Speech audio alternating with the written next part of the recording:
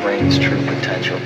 That's when we're awake. When we're asleep, our mind can do almost anything.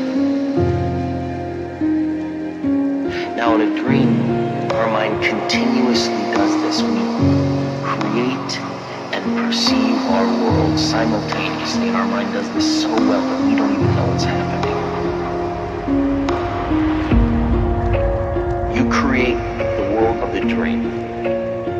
We bring the subject into that dream, and they fill it with their subconscious.